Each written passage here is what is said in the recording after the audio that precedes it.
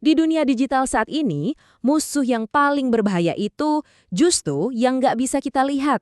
Mereka bergerak tanpa suara, memanfaatkan kelemahan yang bahkan kita sendiri nggak sadar kalau itu ada. Oke, coba kita bayangin bareng-bareng, ya. Gimana kalau misalnya ada peretas yang nemuin celah di perangkat lunak yang Anda pakai? Sebuah celah yang nggak ada satu orang pun yang tahu, bahkan pengembangnya sendiri.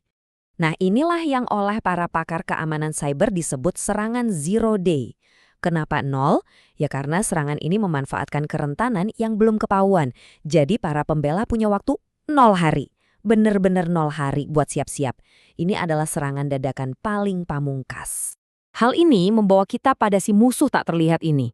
Sistem pertahanan yang lama, yang tradisional, itu kalau kita ibaratkan mirip kayak satpam yang cuma dibekali album foto usang berisi wajah-wajah penjahat yang sudah ketinggalan zaman. Nah, ini perbandingan yang menarik banget. Di satu sisi ada deteksi berbasis tanda tangan. Ini kayak penjaga pintu yang cuma punya daftar tamu. Kalau namanya nggak ada di daftar penjahat, ya boleh masuk. Jelas gak efektif buat penyusup baru kan? Nah, di sisi lain ada deteksi berbasis perilaku. Ini lebih kayak detektif. Dia nggak nyari muka tertentu, tapi ngeliatin gerak-gerik yang mencurigakan. Dia tahu mana yang normal, dan kalau ada yang aneh, langsung ditandai. Kuncinya di sini nih. Dan inilah alasannya kenapa perubahan itu krusial banget. Coba lihat angka ini. 312 hari. Itu waktu rata-rata yang dibutuhin sistem lama buat bisa mengenali ancaman baru dengan benar. 312 hari? Bayangin, selama itu sistem kita rentan. Lama banget kan? Makanya, kita butuh anjing penjaga model baru yang bisa mikir, bukan cuma sekedar ngapalin. Nah, disinilah machine learning atau pembelajaran mesin masuk sebagai jagoan baru di dunia pertahanan cyber. Jadi poin utamanya gini, machine learning itu nggak butuh foto si penjahat. Dia nggak peduli mukanya kayak apa. Yang dia pelajari adalah gimana tampilan dari perilaku jahat itu sendiri. Ini perubahan fundamental, dari ngapalin dasar nama jadi paham polanya. Dan ini bukan cuma omong kosong loh, ada penelitian dari Guo di tahun 2023 yang bilang metode deteksi berbasis tanda tangan tradisional itu nggak efektif buat ngedeteksi serangan zero day. Ini benar-benar menegaskan kalau kita butuh banget cara yang baru. Oke, sekarang mari kita intip ke dalam otaknya si AI ini. Gimana sih cara kerjanya? Ada 3 strategi utama yang dipakai buat nemuin ancaman yang nggak kelihatan itu. Pertama, ada unsupervised learning.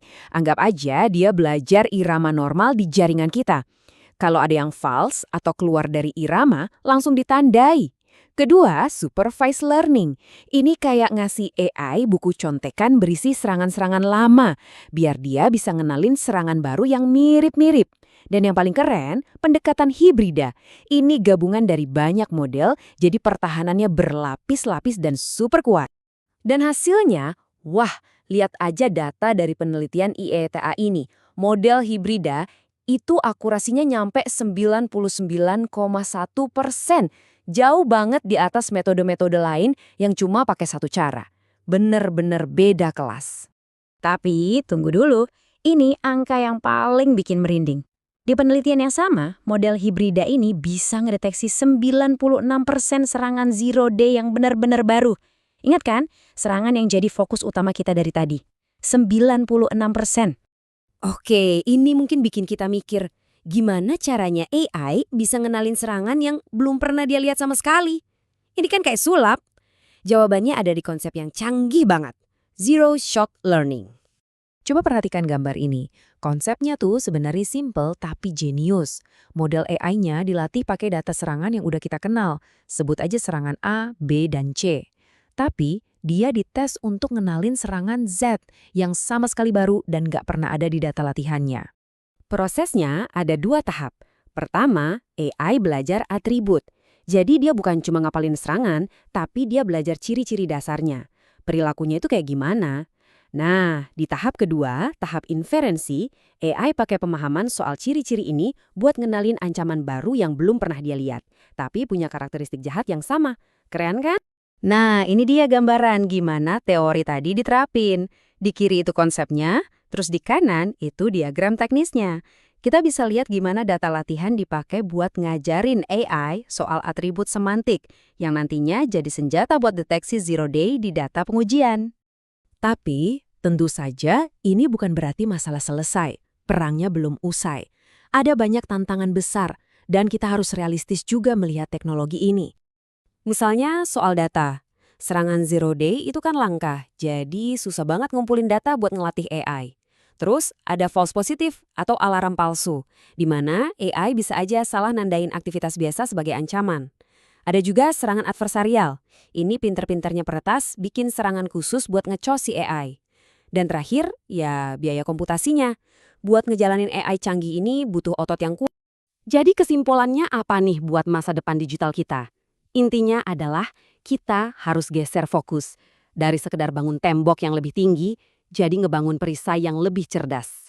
Pesan utamanya jelas banget. Masa depan keamanan siber itu bukan lagi soal pertahanan yang diam saja, yang statis. Tapi soal gimana kita bisa nyiptain sistem yang cerdas, yang adaptif, yang bisa terus belajar dan berevolusi bareng ancamannya. Dan ini meninggalkan kita sama satu pertanyaan pamungkas buat direnungkan. Kalau AI jadi pembela terhebat, apa mungkin dia juga bakal jadi senjata terhebat buat penyerang? Kira-kira bakal kayak gimana ya perlombaan senjata digital di masa depan? Menarik untuk dipikirkan.